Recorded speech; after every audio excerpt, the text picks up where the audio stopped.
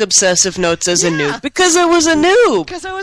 Yeah, and I had no idea. And if I screwed anything up, then I could figure it out from the notes. Exactly. Except I can't. Yeah, well, I mean, the infamous 26 spice meth, it basically said 26 spices, throw them in this bucket, add this much honey and water, stir it up, put the top on, throw in the yeast and wait. And it was like, okay, and then what? Because it didn't say. It didn't have any of that. So I was like, okay. So, and I had at that point read some, and I had notes from things that I was learning about mead in the very beginnings of the tendrils of GotMead had started to form up. But, so I had some idea, but really not a lot. So I'm like, every day, I'm literally like, 8 a.m., check the must. There are some bubbles. Not sure what to make about this. 10 p.m., blah, blah, blah, blah, blah. It was stupid how much notes I took. Like 5 pages of notes. But that's good. Yeah. And so it blows my mind that people are going in and going, well, I just threw this shit in a bucket and threw the top on it with some yeast in there and, and just like, I have no idea what I'm doing. And it's like... Well, yeah, and you still have no idea what you're doing. Yeah, I mean, how are you ever going to repeat it if you don't know what you did if it turns out to be amazing? That's exactly the reason why I take notes, in case it happens to be amazing. Yeah, not to avoid if it was terrible, as to what if it's amazing, Yeah, because honestly, my notes haven't, I've had a couple of batches that have turned out terrible, and there's one or two where I know what I did wrong, but there's a couple where I have no friggin' idea. Oh, yeah. Those 2 batches that turned into diesel, no frickin' clue. Not a clue, yeah. The only I wish thing I could say this. Oh, I'm sorry, go ahead. No, go. I think you go ahead. Well, when you were talking about that, I was thinking of the total opposite. I've made a couple batches where I was concentrating on making, quote, the real batches, and I just happened to toss some crap together, and it turned out amazing. In fact, probably the best mead I've ever made in the world. I don't even have a clue how I got there, because I was just thinking, this is just extra junk. I'll toss it in over here and let it rip. And it turned it out wonderful, and I don't even have a clue how to start. Learned your lesson, didn't you? Yeah, man. Yeah, like even my cleaning out the freezer batches, I weigh and measure everything on the way in case it's friggin' amazing and I want to do it again. Not that I ever will, but in case I wanted to, I could. I have to wonder how many people have I made this friggin' amazing mead and I have no idea how story, because I have one too. I had a batch of strawberry that was going to be, it was based on the gold medal winning home mead comp, strawberry mead from Mazer Cup 3, I think it was. And which I got to sit the best of show table for that, and I fought hard for that mead. It was so good. But anyway, it was based on that recipe, and so I was going to do a 5-gallon batch of that, and I was doing it with meadow foam. And then I had just an orange blossom traditional that I was doing as a sweet. And I don't know what I was thinking. I pitched the orange blossom traditional with, I think it was Y yeast, sweet mead yeast. What the hell I was thinking, I don't know. And you'd think I'd learned. But anyway, it was like the last time I've used that. And I can't remember the yeast I was using with the strawberry. I have to go back and check my notes. But we had one of those 40-degree in the middle of the day temperature swings, and we went from like 49 overnight to plus 80 Fahrenheit during the day. So, and I didn't have the air or the heat on because we'd been kind of hanging out in the 50s and 60s, so I didn't need it, right? So my house is full of windows, all facing east. So when the sun came up and just kind of went nova, it was, the house temperature went up to like 80, and I was out and about all day. And so I got home, and this mead had just like turned into a fermentation volcano, gone completely dry in less than 24 hours. The strawberry, and the orange, at about the same time, for God knows what reason, just totally stalled and just refused to restart no matter what I did. And I pitched champagne yeast that thing, and it's just like, nope, not going to do it. So here I am with 10 gallons of mead, one a super sweet, sickeningly make your fillings fall out orange blossom traditional, and a what was supposed to be an award-winning strawberry mead recipe burned dry. And I'm just like, this sucks. So, what are you going to do? I'm not going to throw out 10 gallons of half of which was meadow foam. Yeah, that ain't happening. Oh, God. Yeah, I'd turn that into meadow foam vinegar before I'd throw out a drop of it, Yeah. So I thought, fine, all right, let's do this. So I got 2 more 5-gallon pails, and I mixed the 2 batches, half and half. And let them kind of hang out for a while, eventually racked them, and was thinking, this isn't going to work, this isn't going to work, this isn't going to work. And they came out. They actually turned out to be one of my best meads ever. Yeah, and you could never recreate that No, because, it was an you're not accident. going to turn up the heat under your strawberry. No, not under. No. So that was one where all the notes in the world wouldn't help me. I actually have all the notes, but it was. But I think everybody's got one of those. But it goes back to, like you were saying, I had that stuff I just threw in there because it seemed like a good idea at the time, and now I don't know what I did. Kind of stuff. Yeah, that happens quite a bit. Oh, really? It does. Oh, you have not quite a bit. You have not learned yet. What's wrong with you? How long have you been on this side? I'm sorry, we're gonna have to put you on double secret. I am clueless probation. I'll have to make a special group for that. I can't. I refuse to learn probation. Something. That's funny. Well, to be fair, the when I remedial learned, mead making group. I needed to be in that group for a long time because I had picked up some bad habits as a winemaker. Oh, really? Well, I did add acidity up front because that's what the book said to do. Well, yeah, I did too for the first few batches because they all said first you add the tartaric, then the citric, and because it said so. Yeah, exactly. Well, you can't be blamed for following instructions, right? No. Well, yeah, but no. Well, to be fair, I can't remember exactly when I came to GotMead, but I started my first Joe's Ancient Orange about 2 or 3 years after I started making mead. And that was the recipe that eventually led me to GotMead. So I'd been making mead without GotMead for quite some time, so this is why I say I am the bad example. I did it all in the opposite order in which normally you should, and I did everything backwards, and I did everything wrong, and somehow I came out okay most of the time.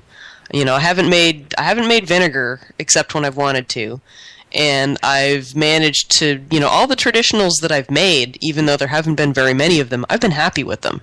Now, I don't know whether that's because I was just lucky or whether I don't have very high standards, but I like all the traditionals I've made. Well, and I mean, yeah. Well, a lot of you guys are lucky to live in a good climate too. Well, where are you located? Miami Beach. Oh yeah. That limits you to about 3 different yeasts, how many? K1. Oh yeah. Yeah, what do you got? We got like a 5-minute window where it's not stupid hot. Yeah. It's about 5 minutes. Yeah. It was 89 degrees today. We're gonna get 6 inches of snow tomorrow. There you go. I had 27 inches in my yard last week. And where are you? In Denver. Oh yeah, y'all got dumped on. Yeah, big time. Yeah, and then yesterday it was 70. It was 80 here yesterday. It didn't top 60 today, and we're supposed to be below freezing this weekend. And I'm in North Carolina, so yeah, go figure. And people, my sinuses are like losing their minds. We didn't go below freezing for like a week and a half a couple of weeks ago, and now we haven't been above freezing in the week. So it's Canada. Yeah, well, but I think that's well. If we're gonna talk about basics, I think that's another basic is don't let your meat get too hot. But most people don't have to worry about it. I totally agree with you, Manny. I think that temperature control and your feeding protocol are the 2 most important things of all. Yeah, absolutely. Well, and the feeding protocol is where a lot of people get really confused, I think. And that's because there's so much information out there that's conflicting, and it's a bunch of old school stuff that people, when they first come in, they don't know that it's old school. Some people don't care to know the new school. I know people that still pitch and put their stuff away for 10 years. Wait, and it's man. Well, don't you want to learn the newest stuff? And maybe 3 months, no, I'm all good, and it's whatever, dude. Okay. It works. Yeah, well, it works. That's it's what they don't mind. That's okay. I was saying that to Vicky during our chat before the show started. Is I've got a recipe that I make a lot, which is my maple mead, and I used to just throw it all together, put an airlock on it, and wait a year and call it good. And I actually tried doing it properly with aeration and staggered nutrients, and I'd started using Energizer at that point, and I actually like it better the old way because I find it goes too dry the new way. Yeah. So what are you going to do? You know, I like what I like, and I like it the way I like it, and I know it's wrong, and I still like it. Well, and that's the thing, and I think that's the beauty of mead is there's two schools. There's the it's got to be perfect, show quality. A judge would think it was a 5, was a total, 50-pointer mead. And then there's the I like the way it tastes, and I know that I'm not quote unquote following the rules such as they are, but I like it this way. It's mine, and I like it this way. And I think that the answer is, somewhere in the middle is lay down some good habits and know that within mead as a discipline, if you will, there's so much flexibility it's not funny, but at the same time be aware of what can be, not what should be, but what the possibilities are. Does that make sense? Mm-hmm. Yeah, but at the same time I think it's important especially for people who are just starting out, who are going to make their first mead, that they have a pretty predictable set of rules to go by, like Jon, where you know that it's going to give you a good mead, because I don't know how many times you probably get a guy who tries it out, and it sucks because he did everything wrong. He's like, nah, I'm not interested in mead. Mead sucks. Yeah, because he didn't that's follow, what we're trying to follow avoid. the directions. Yeah. Yeah, or he didn't get the right directions. Oh yeah, true.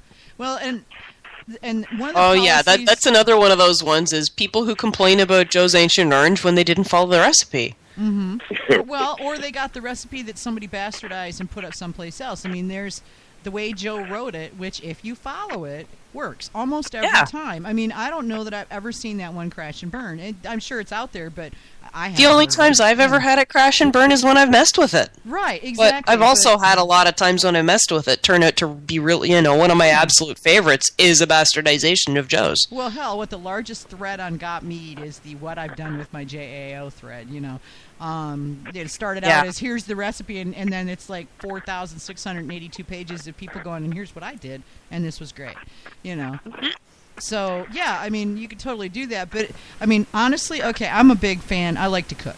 And if you look at me, you can tell I like to cook. But I like to cook, and I enjoy trying out new recipes. But the thing I've learned through trial and error and a whole lot of, really bad tasting failures is follow the recipe as it was written. If you have a recipe, read the effing recipe and follow the effing recipe. And just once, yeah. Just once. And then, I mean, after once, my husband and I will make it, and we'll sit there and we'll eat it, and we'll look at each other and go, yeah, but it needs something. More garlic, maybe? And we'll go, yeah, okay, we'll try that next time. And so the next time we'll start futzing with it, and that might work or it might not, but at least we know what it's supposed to taste like. Yeah, I mean, I think I've made something like 30 different batches of variations on Joe's Ancient Orange. I've made it to spec once. Yeah. Exactly once. Same and here, that's when I discovered that, the orange pith gives me heartburn, so now I only use the zest and the juice. Yeah. But even still, that's a variation on it, because I'm not doing it the exact way Joe said to. Not throwing in the whole orange, yeah. Exactly. So, but I mean, that's what I think it comes down to. We've got an infinite number of possibilities inside our genre, if you will. But at the same time, like you guys were saying, there are some rules that if you follow them will produce predictable results. Learn those first. Then strike out into uncharted territory and make durian mead or pot mead or whatever it is you want to make, beet mead, make something crazy and wild. But if you don't already have good habits created, if you haven't already learned the rules that we know work, how do you create a good recipe and then create a good mead from that? You can't. Well, that's another thing too. Is accidental usually, That's another thing too, though. Is do it according to the recipes until you understand why you're doing what you're doing. There you go. And then once you understand why you're doing what you're doing, then you can mess with it. Like it's like learning to bake. I totally agree. It's like learning to bake. You figure out what ingredients are the chemistry and what ingredients are the fun part. Yeah, you don't go make a loaf of bread and go, yeah, well, I'm not really feeling this white flour, so I'm gonna replace this with, I don't know, let's see what we got in the cupboard. Yeah, Cornflakes. Yeah, no. Cornflakes looks good. Let's do that. Why does this not taste like bread?